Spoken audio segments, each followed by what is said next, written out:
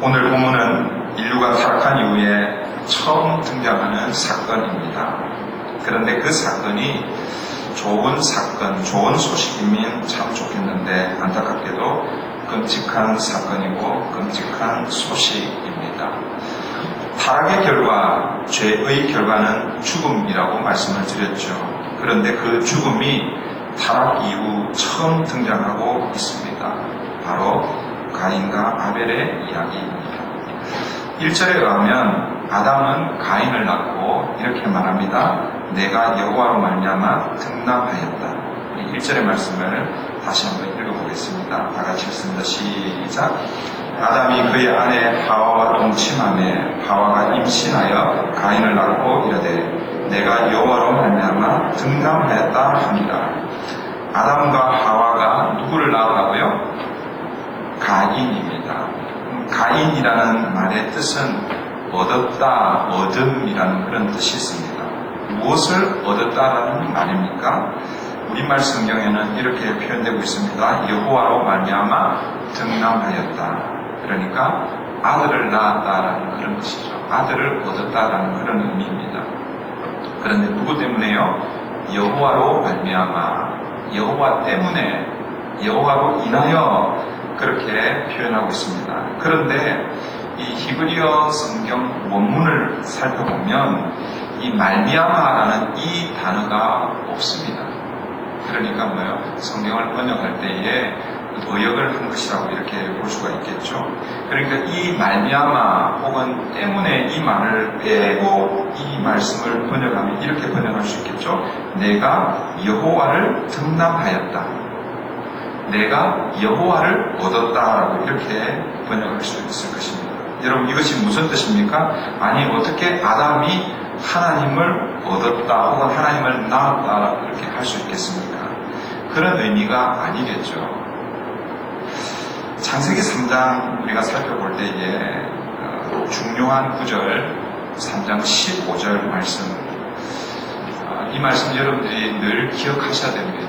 구약에 처음 등장하는 복음 메시지라고 그렇게 말씀을 드렸습니다. 창세기 3장 15절은 하나님께서 뱀을 심판하시는 말씀인 동시에 또 인류를 향해서 구원을 약속하시는 하나님의 언약의 말씀입니다. 그 약속의 말씀의 핵심이 뭐냐면 여자의 후손이 너의 머리를 상하게 할 것이다. 여자의 후손이 너의 머리를 상하게 할 것이다. 저는 하나님께서 이 말씀을 뱀에게, 아니 사탄에게 선포하실 때에 그 옆에 듣고 있었던 아담과 하와가 귀담아 들었지 않았을까 생각합니다. 이 말씀은 곧 여자의 후손에게서 누가 나온다는 것입니까? 사단을 이길 수 있는, 오늘로 하면 메시아, 구원자, 구세주가 나오겠다라는 그런 말씀인 것이죠. 여자의 후손으로 태어나는 아이를 통해서 아담과 하와는 무엇을 기대했을까요? 지금 죄의 결과로 심판을 받았을 뿐만 아니라 그 심판의 모습 중에서 에덴 동산에서 쫓겨나게 되는 것입니다. 근데 이 말씀을 생각하면서 어떤 기대를 하게 될까요? 여자의 후손이 오게 되면 우리가 쫓겨났던 이 에덴 동산을 다시 회복하지 않을까, 이 에덴 동산에 다시 돌아오지 않을까, 그런 생각을 아마 했을 것입니다. 그래서 아담과 하와는 아들을 낳고 이름을 이렇게 짓습니다. 가인, 얻었다. 무엇을 얻었다는 것입니까? 내가 여호와를 얻었다. 이 여호와라는 것은 하나님을 얻었다라기보다는 여호와라는 말뜻 가운데 구세주, 구원자라는 그런 의미가 있습니다. 그러니까 내가 아들을 낳음으로 구원자를 얻었다라는 그런 의미로 가인이라는 이름을 지었다는 것입니다. 그런데 아담과 하와가 또 아들을 낳습니다. 이번에는 이름을 무엇이라고 지었습니까? 아벨이라고 지었습니다. 여러분, 아벨의 이름의 뜻은 무엇인지 아십니까? 성경을 자세히 보면 그게 다 나와 있어요. 밑에 작은 글씨로 나와 있어요. 여러분 보세요. 가인은 여러분 좋은 사람이에요? 나쁜 사람이에요? 참 이렇게 평가하는 게 웃기긴 하지만 그죠? 우리가 가인 그러면 어떤 마음을 가지고 있습니까? 동생을 죽이는 살인자죠. 나쁜 이미지를 가지고 있습니다. 그런데 여러분 가인이라는 이름의 뜻은 얻었다. 지금 어떤 마음으로 구세주를 얻었다라는 그런 마음으로 얻었다라고 이렇게 좋은 의미의 뜻을 가지고 있습니다. 그런데 아벨은 어떤 사람입니까? 여러분들 어떤 이미지가 있습니까? 아벨은 좋은 사람의 이미지가 있잖아요. 하나님 앞에 예배를 드렸는데 하나님께서 그 예배를 받으신 사람 아벨입니다. 그런데 여러분 아벨이 가지고 있는 이름의 뜻이 뭔지 아십니까? 아벨이라는 이름의 뜻은요 허무라는 뜻입니다. 사라짐, 증발이라는 그런 뜻이 있다는 것이죠. 왜 아담과 하와가 아벨을 낳고 나서 아벨이라고 이름을 그렇게 붙였을까요? 아마도 아담과 하와는 가인을 낳았을 때에 얻었다라고 하면서 무엇을 기대했다고요? 다시 에덴 동산으로 돌아갈 그런 기대를 가지고 구세주를 에덴 동산으로 돌아갈 수 있는 길을 얻었다라는 그런 기대를 가지고 살았을 것입니다. 그런데 여러분 시간이 지나도 그 기대가 이루어지지 않는 것입니다. 허무하게 사라져 버린 것이죠. 증발해 버린 것입니다. 그래서 이 아들의 이름을 아벨이라고 짓지 않았을까? 그리고 실제로 아벨은 하나님께 제사 한번 드리고 뭐예요? 죽음으로 허무하게 사라져 버렸습니다. 그 제사 이야기 그리고 죽음의 이야기가 오늘 본문의 이야기입니다. 창세기는 매우 함축적인 그런 의미를 담고 있는 책입니다.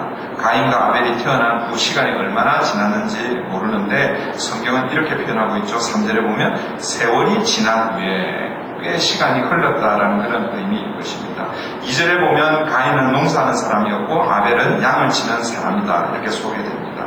그런데 그들이 어떻게 합니까? 하나님께 예배 제사를 드립니다.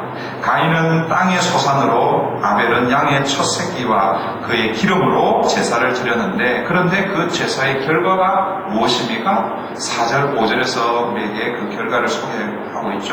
4절 중간부터 한번 보십시오.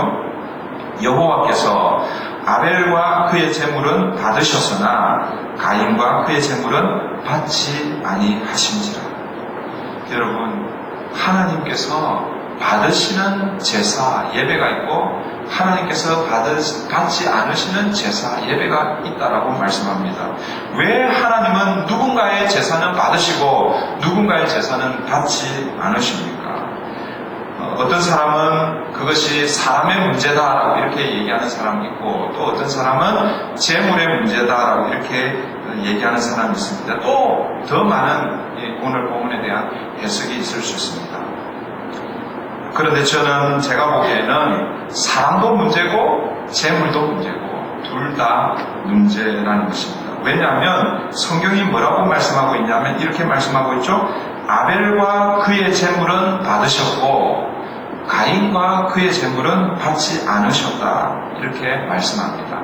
만약에 사람, 예배를 드리는 제사를 드리는 사람이 문제라면 아벨은 받지 않으시고 아벨의 제사는 받지 않으시고 아벨의 제사는 받으시고 가인의 제사는 받지 않으시고 이렇게 표현해야 되지 않겠어요? 그죠?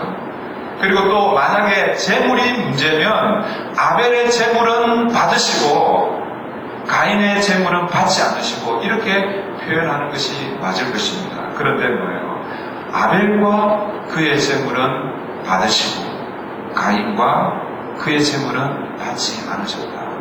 이 얘기는 두 사람과 재물 둘 다 문제가 있다는 것을 우리가 알 수 있습니다. 오늘 이 말씀을 통해서 우리가 좀 생각해야 하는 거죠. 사실은 아주 심각하게 생각해야 하는 것입니다. 뭘 생각해야 됩니까? 오늘 우리가 드리는 이 예배를 하나님이 받으실 수도 있고 받지 않으실 수도 있다는 것입니다. 우리 브릿지 교회라는 이름으로 드리는 이 예배 전체를 받으실 수도 있고 받지 않으실 수도 있고, 그리고 또 우리가 브릿지 교회 공동체로 예배 드리지만 또 개개인이 함께 예배 드리잖아요. 그죠? 또 이렇게도 생각해야 되는 거예요. 내가 드리는 예배를 받으시기도 하고 또 어떤 경우에는 받지 않으시기도 하고, 심각하게 사실은 고민해야 하는 것입니다. 그렇다면 이 두 제사의 차이점이 무엇인가? 무엇 때문에 하나님은 어떤 제사는 받으시고 어떤 제사는 받지 않으시는가? 저는 그 해답이 히브리서에 나온다고 그렇게 믿습니다. 오늘 본문의 사건은 그냥 그 사건을 하나님께서 한 제사는 받으시고 한 제사는 받지 않으셨다, 그렇게 말씀하십니다. 이유를 설명하지 않습니다. 근데 물론 이제 이유가 될 만한 그 클루들은 좀 있기는 합니다. 하나님께서 가인에게 뭐라고 말씀하셨습니까? 네가 선을 행하였다면, 이렇게 표현하고 있죠. 그 말은 뭐예요? 네가 바른 제사를 드렸다라면, 이런 의미가 될 수 있습니다. 그러니까 어쨌든 가인은 하나님 앞에 바른 제사를 드리지 않았다라는 것을 볼 수가 있습니다. 그러면 그 바른 제사, 그게 어떤 거냐? 그 해답이 히브리서 11장에 소개가 되고 있습니다. 히브리서 11장 4절은 이렇게 시작하죠. 믿음으로 아벨은 가인보다 더 나은 제사를 하나님께 드림으로. 믿음으로 아벨은 가인보다 더 나은 제사를 하나님께 드림으로. 이 아벨과 가인의 제사에 분명한 차이가 소개되는데, 그게 뭐라는 거예요? 믿음으로라는 것입니다. 즉 아벨의 제사는 믿음으로 드린 제사이고 가인은 믿음으로 드린 제사가 아니라는 그런 의미입니다. 아벨이 드린 제사를 믿음으로 드린 제사라고 하는데, 아벨이 드린 그 믿음의 근거가 뭔가? 어떻게 드리는 게 믿음으로 드리는 것인가? 저는 그 근거의 말씀이 바로 창세기 3장 15절 원시 보험이라고 하는 이 말씀의 근거에서 드리지 않았을까, 그렇게 믿습니다. 왜 그렇게 해석하는가 하면 부인할 수 없는 명백한 증거가 하나 있는데, 그것이 바로 히브리서에 보면 이 아벨이 믿음으로 드린 그 제사를 통해서 히브리서 저자가 뭐라고 평가하냐면 이렇게 평가하는 거예요. 그가 하나님 앞에 의로운 자라는 증거를 받았다라고 이렇게 표현하고 있습니다. 그러니까 믿음으로 제사를 드렸는데 그 믿음으로 제사 드린 그 행위를 통해서 뭐예요? 하나님이 아벨을 의롭다 여겨주시는 거예요. 여러분, 신약적인 개념에서 의롭게 되는 것은 어떻게 우리가 의롭게 되는 것입니까? 예수 그리스도를 믿음으로 의롭게 되는 것이잖아요.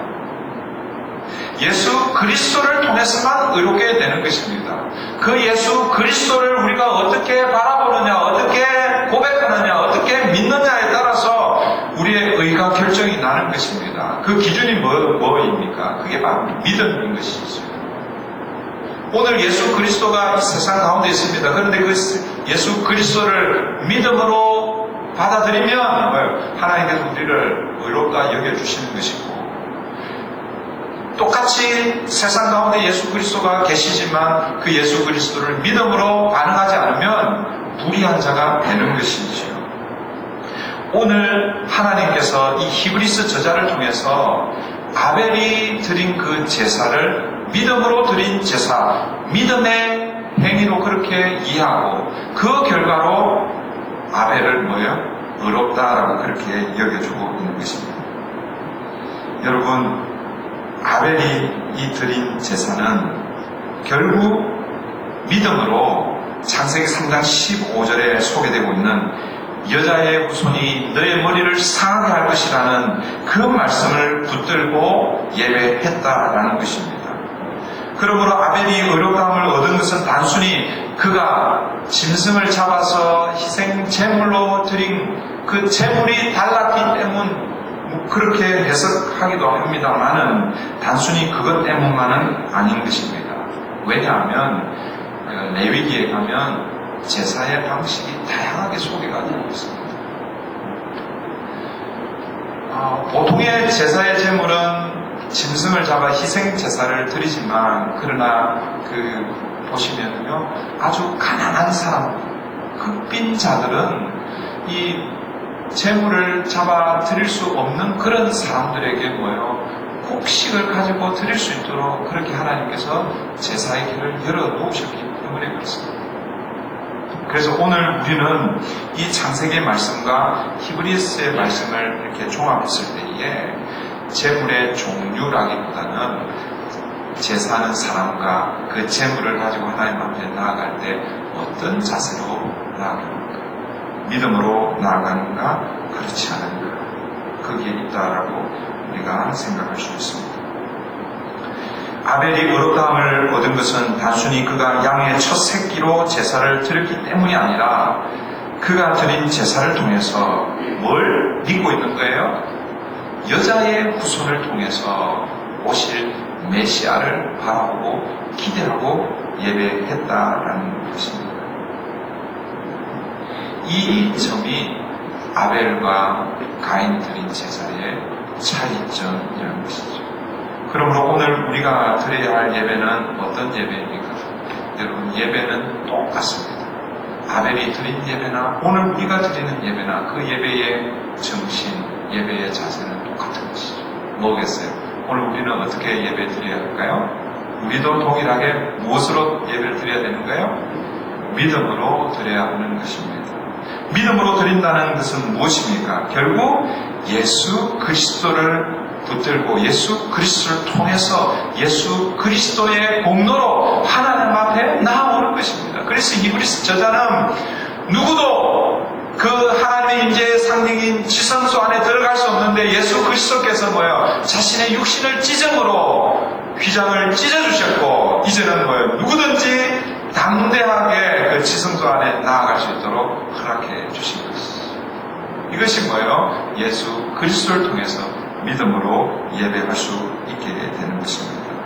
오늘 우리가 드리는 예배는 어떤 예배입니까? 오늘 예수 그리스도 공로 의지해서 예수 그리스도 때문에 오늘 이 자리에 나와 있습니까? 아니면 습관적으로 시간이 되었기 때문에 그냥 이렇게 나와 있습니까? 예수님과 함께하지 않는 예배는요, 의미가 없는 것입니다. 오늘 저와 여러분이 예수 그리스도를 붙들고 예배하지 않으면 이것은 그냥 하나의 그냥 그 퍼포먼스가 되는 거죠. 하나의 이벤트가 되는 것입니다. 쇼가 되는 것이죠. 여러분들은 지금 재미없는 쇼를 지금 관람하고 있는 것입니다. 만약 예수 그리스도를 붙들고 예배하지 않으면, 예수 그리스도를 붙들고 하나님 앞에 헌금하지 않으면 예수님 없이 드려지는 이 헌금은 어떤 헌금이라고 그랬어요? 뭐라고 그랬어요? 그냥 도네이션 되는 거예요. 도네이션은 예수 믿지 않는 세상에 많은 사람들이 우리보다 훨씬 더 많이 하게 되는 것이죠. 오늘 저와 여러분이 하나님의 이 예수 그리스도의 그 은혜를 붙들고 그 마음으로 하나님 앞에 드려질 때 그것이 오프링이 되는 것이죠. 하나님의 올려드리는 헌금이 되는 것입니다. 예수 그리스도와 함께 하지 않는 봉사, 이런 건 발런티어, 자원봉사가 됩니다. 세상에 얼마나 많은 사람들이 자원봉사하고 그렇게 사람들 돕고 합니까? 예수 그리스도가 빠져있으면 우리가 하는 이 모든 것들이 다 쇼가 되고 도네이션이 되고 발런티어, 자원봉사가 되는 것입니다. 그러므로 여러분, 예배로 나올 때에 무엇을 붙들고 나와야 되는 것입니까? 예수 그리스도를 붙들고 나오는 것입니다. 예수님을 통하지 않고서는 우리가 드리는 예배는 다 의미 없는, 그냥 지나가는, 어떻게 보면 아벨이라는 이름이 가지고 있는 허무, 증가, 사라져버리는 것일 수 있습니다. 사랑하는 성도 여러분, 오늘 우리가 이 예배의 자리에 앉아있는 것은 누구의 공로입니까? 예수 그리스도의 공로입니다. 누구 때문에 우리가 하나님께 예배할 수 있는 것입니까? 예수 그리스도 때문에 할 수 있는 것입니다. 그러므로 예수님 붙들고 이 자리에 앉아 있어야 하는 것입니다. 그래서 정신을 확 차려야 돼요. 가인과 아벨의 예배의 결과는 확연하게 드러났죠. 하나님께서 아벨과 그의 제물은 받으셨고 가인과 그의 제물은 받지 않으셨습니다. 여러분, 만약 예배 결과가 이랬다면 만약 여러분들이 가인이었다면 어떻게 하시겠습니까? 하나님이 내 동생 아벨의 예배 제사는 받으시는데 왜 내 제사는 받지 않으시지? 내가 오늘 뭘 잘못했지? 나에게 무슨 문제가 있지? 여러분 그렇게 자신을 돌아보아야 되지 않겠습니까? 오늘 만약 예를 들어서 오늘 우리가 브릿지 교회라는 공동체로 하나님 앞에 예배를 드리는데 하나님께서 그렇게 하시지는 않으시지만 만약에 하나님께서 여러분 개개인에게 여러분의 예배를 만약에 받지 않으신다고 말씀하신다면 여러분 마음에는 어떤 마음이 들겠습니까? 아니 하나님 왜 저 집사님 저 권사님의 예배는 받으시고 내 예배는 받지 않으십니까? 여러분 그렇게 하나님께 항의하시겠습니까? 아니면 하나님 저에게 뭐가 문제가 있습니까? 제가 지금 하나님 앞에서 어떻게 해야 합니까? 그렇게 하시겠습니까? 어떻게 하시겠어요? 당연히 우리를 돌아보아야 하는 것이죠. 하나님 내 삶에 무엇이 문제입니까? 그렇게 돌아보아야 하는 것입니다. 그런데 가인은 어떻게 하고 있습니까? 자신을 돌아보며 왜 하나님이 나의 제사, 예배는 받지 않으셨을까 생각하고 물어야 했는데 가인은 그렇게 하고 있지 않습니다. 자신을 돌아보기보다는 안색이 변하여 분노합니다. 혹시 저와 여러분 이러지는 않은지 하나님 앞에 회개해야 하는 것이죠. 이런 가인을 하나님이 찾아오십니다. 하나님께서 가인에게 찾아오셔서 하신 말씀이 6절, 7절 말씀입니다. 6절, 7절 말씀 같이 읽어보겠습니다. 시작. 여호와께서 가인에게 이르시되 내가 분하여함은 어찌 됨이며 안색이 변함은 어찌 됨이냐. 내가 선을 행하면 어찌 낯을 들지 못하겠느냐. 선을 행하지 아니하면 죄가 문에 엎드려 있느니라. 죄가 너를 원하나 너는 죄를 다스릴지니라. 여러분 이 지금 굉장히 길게 말씀하고 있는데 이 중요한 말씀을 우리에게 지금 우리가 좀 생각해야 합니다. 하나님이 이렇게 묻죠. 네가 분을 내고 안색이 변한 이유가 뭔가 이렇게 묻습니다.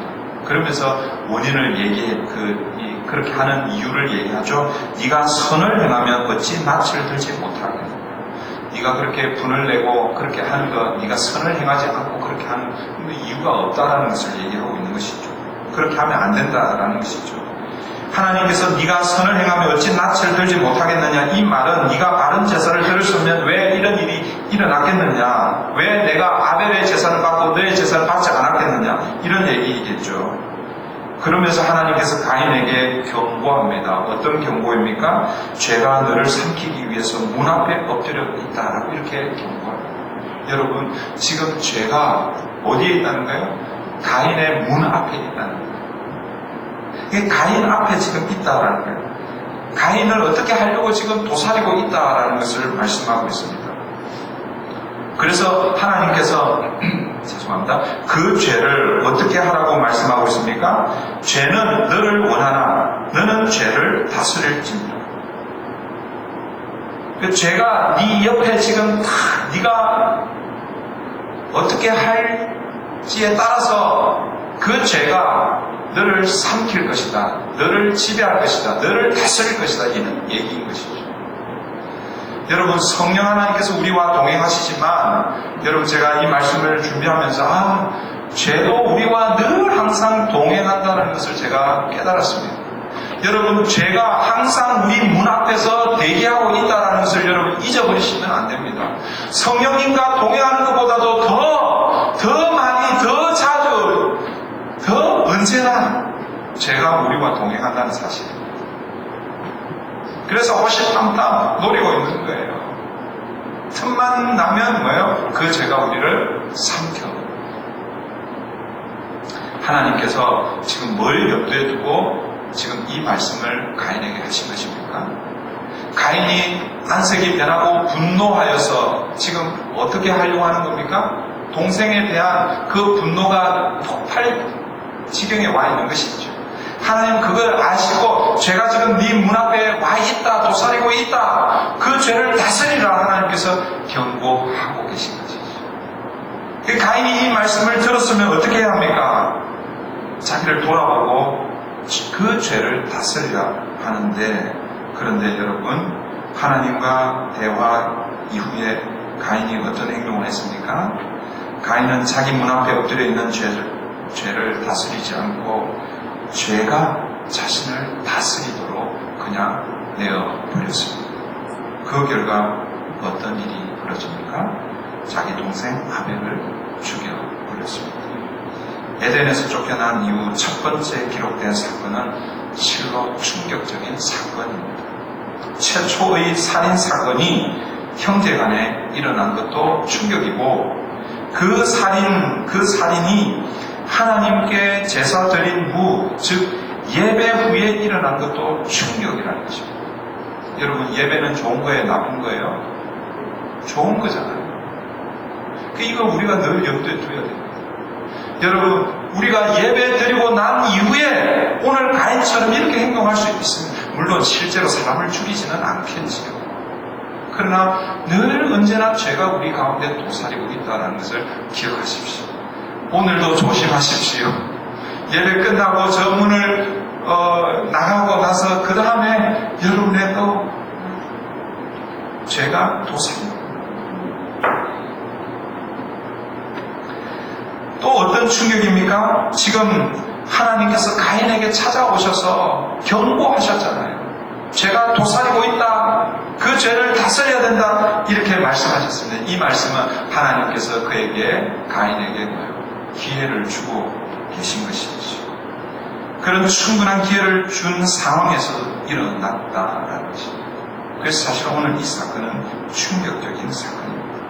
그런데 여러분, 우리의 삶을 돌아보면 이런 일들이, 이 살인사건, 이런 것을 생각하면 좀 다를 수 있지만, 우리 안에서 일어나는 이 죄의 모습들이 얼마나 많이 있는지, 이것이 결국 뭐예요? 타락한 인간의 모습인 것이죠. 아담과 하와를 이은 다음 세대, 가인과 아벨 역시 죄인이라는 것을 발견하게 되는 것입니다. 그 말은 오늘 우리도 죄 가운데서 태어나서 여전히 죄 앞에 놓여 있다는 것입니다. 그런데 이제 우리의 싸움은 이 싸움인 것입니다. 죄가 우리를 다스리도록 할 것인가, 아니면 우리가 죄를 다스릴 것인가. 여러분, 이 싸움인 것입니다. 그런데 문제는 우리는 우리 스스로 힘으로 이 죄의 문제를 해결할 수 없다는 것입니다. 죄와 싸워서 이길 수가 없다는 것이죠. 오늘 본문에서 다시 이 범죄한 가인을 하나님께서 다시 찾아오십니다. 9절 보십시오. 9절 같이 읽습니다. 시작. 여호와께서 가인에게 이르시되 내 아우 아벨이 어디 있느냐? 그가 이르시되 내가 알지 못하나이다. 내가 아우를 지키는 자니이다. 하나님은 동생을 죽인 가인을 찾아오셔서 내 아우 아벨이 어디 있느냐 이렇게 물으십니다. 여러분, 마치 창세기 3장에서 아담이 범죄한 이후 나무 뒤에 숨어 있을 때 하나님이 찾아오셔서 아담아 내가 어디 있느냐 물으셨던 그 질문과 흡사하죠. 여러분, 이 질문, 하나님께서 아벨이 어디 있는지 몰라서 그렇게 물은 질문입니까? 아니죠. 다 아는 질문, 다 하나님은 다 알고 계십니다. 이 질문, 아담에게 찾아오셔서 하신 질문도 다시 한 번 더 기회를 주시는 하나님의 은혜. 또 가인에게도 찾아오셔서 던지신 이 질문은 뭐예요? 가인을 다시 한 번 더 기회를 주시는 하나님의 은혜인 것이죠. 그런데 가인의 대답이 무엇입니까? 알지 못합니다. 내가 아우를 지키는 자입니다. 하나님께서 그렇게 대답하는 가인에게 똑같이 뭐예요? 형벌을 주시는 것입니다. 그러니까 아담과 하와에게 형벌을 주셨던 것처럼 가인에게 지금 형벌을 주고 계십니다. 그 형벌의 내용이 11절, 12절입니다. 같이 한번 읽습니다. 시작. 땅이 그 입을 벌려 내 손에서부터 내 아우의 피를 받았은즉 내가 땅에서 저주를 받으리니 내가 밭을 갈아도 땅이 다시는 그 효력을 내게 주지 아니할 것이요 너는 땅에서 피하며 유리하는 자가 되리라. 여러분, 에덴에서 쫓겨날 때 이미 땅이 저주를 받았습니다. 그죠? 그래서 얼굴에 땀을 흘려야 이제 겨우 먹고 산다. 그렇게 우리가 지난주에 보았었습니다. 그런데 오늘 보니까 이 가인에게 이제 더 어려워지겠다라고 그렇게 말씀을 하고 있습니다. 뿐만 아니라 한 곳에 정착하며 사는 것이 아니라 이곳저곳 이 땅 저 땅 유리방황하면서 살게 될 것이다. 그렇게 말씀합니다. 이 하나님의 형벌에 대해서 가인의 반응이 뭡니까? 13절입니다. 같이 한번 읽어볼게요. 시작. 가인이 여호와께 아뢰되 내 재벌이 지기가 너무 무거우니이다. 이 형벌이 무겁다고 그렇게 말씀하고 있습니다. 하나님의 형벌이 너무 무겁다라는 것은 뭐에 비해서 무겁다라는 것입니까? 자기가 지은 죄에 비해서 무겁다라는 것이죠. 여러분 생각은 어떠세요? 가인이 지은 죄와 하나님이 내리신 이 형벌과 뭐가 더 크고 더 무거워 보입니까?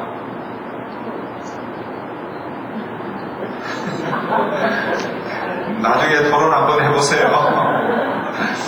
여러분 지금 이 가인이 지은 죄는 뭡니까? 동생을 그냥 죽인 거잖아요.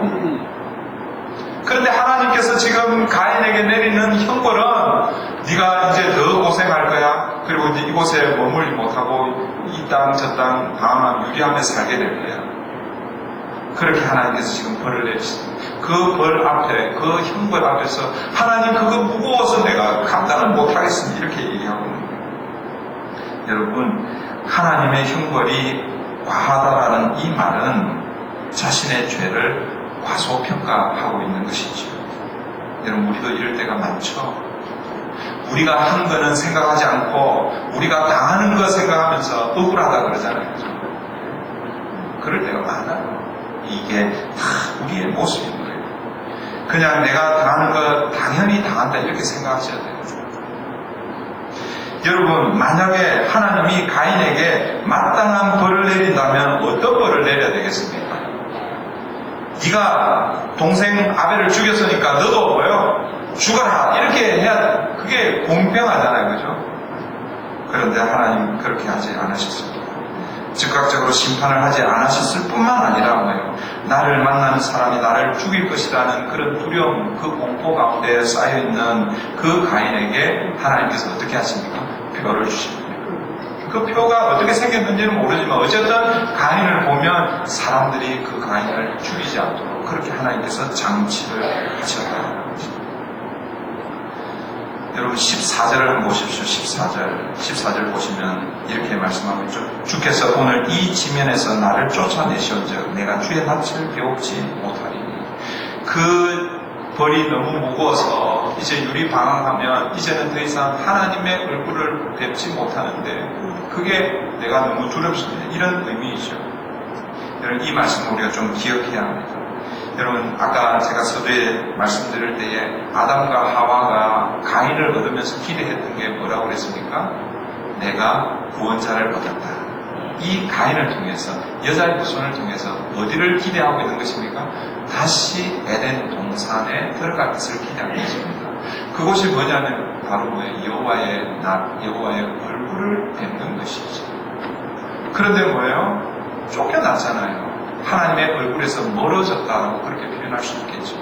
그런데 지금 가인은 이제 동생을 죽인 그 벌로 거기에 머물러 있지 못하고 이제는 어떻게 합니까? 유리방황하게 되는 거예요. 더 멀어지는 거예요.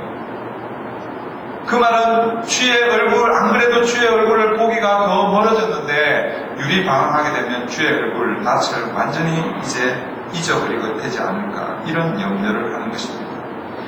여러분 기억하십시오. 하나님이 우리를 향하여 얼굴을 돌리시는 경우는 없습니다. 하나님이 우리를 향해서 얼굴을 돌리시는 경우는 없죠. 우리가 하나님의 얼굴을 피하는 것이죠. 죄가 하나님을 멀리하도록 하게 하는 것이죠. 경험적으로 보아도 여러분 우리가 누군가에게 죄를 지으면 여러분 그 사람으로부터 멀어지려고 그러잖아요. 그 사람 피하잖아요. 여러분 불효한 자식들은 부모님을 잘 찾아뵙지 못해요. 그 불효 때문에.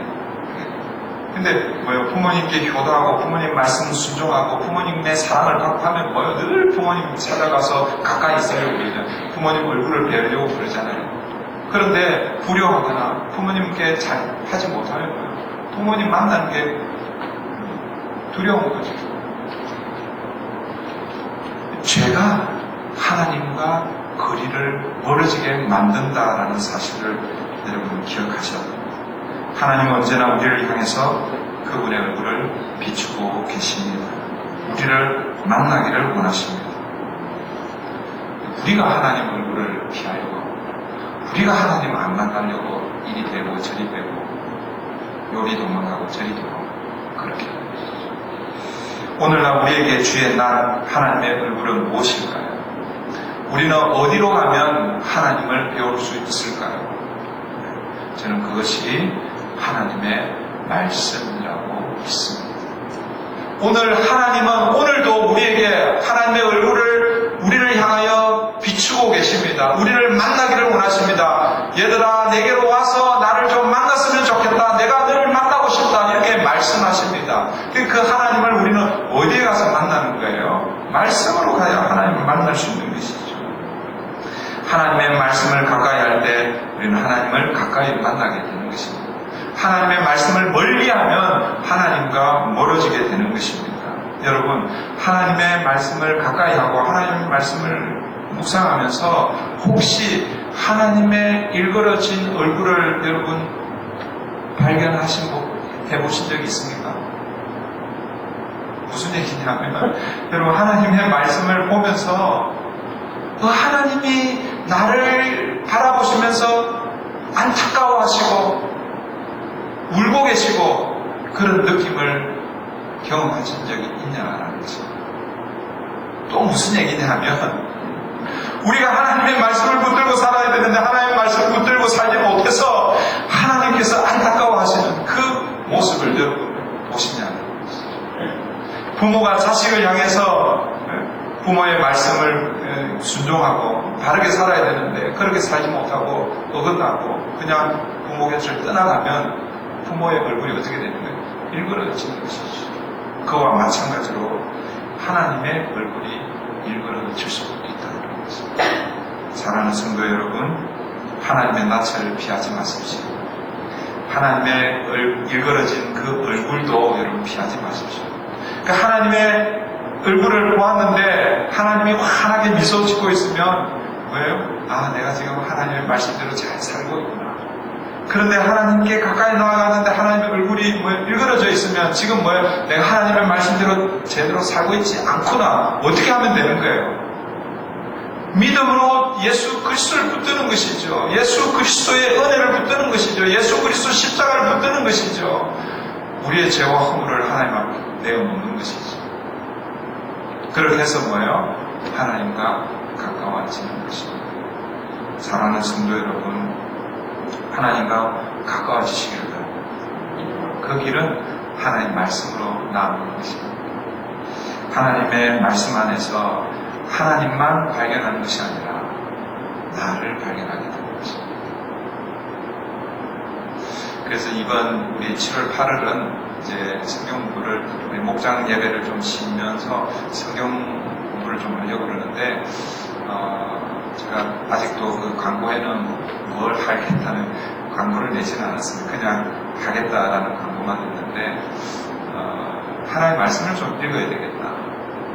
하나님의 말씀을 우리가 하나님의 말씀을 가까이 하는 것은 결국 하나님의 말씀을 여러분 스스로가 좀 읽어야 되는데 그래서 성경이 읽어지네. 그 책 아마 익숙하신 분들 많이 계실 거예요. 그 책을 가지고 하나님의 말씀을 좀 가까이 하는 그런 훈련을 우리가 같이 좀 하려고요. 그래서 한시적으로는 한 7주, 8주 정도 하고 그 다음에 9월달부터 목장 예배가 시작이 되면 우리 목장 예배가 둘째 주, 넷째 주 그렇게 하는데 첫째 주, 셋째 주는 계속 이어서 그래서 같이 목장 예배 없는 데는 같이 계속 그렇게 하고 왜요? 왜 그렇게 하는 것입니까? 하나님의 얼굴을 우리가 만나야 살기 때문에 그렇습니다. 오늘 우리가 어디 가서 하나님의 얼굴을 뵙겠습니까? 하나님의 말씀을 통해서 하나님을 만나게 되겠습니다. 이 시간에 말씀을 붙들고 같이 기도하십시다. 오늘 말씀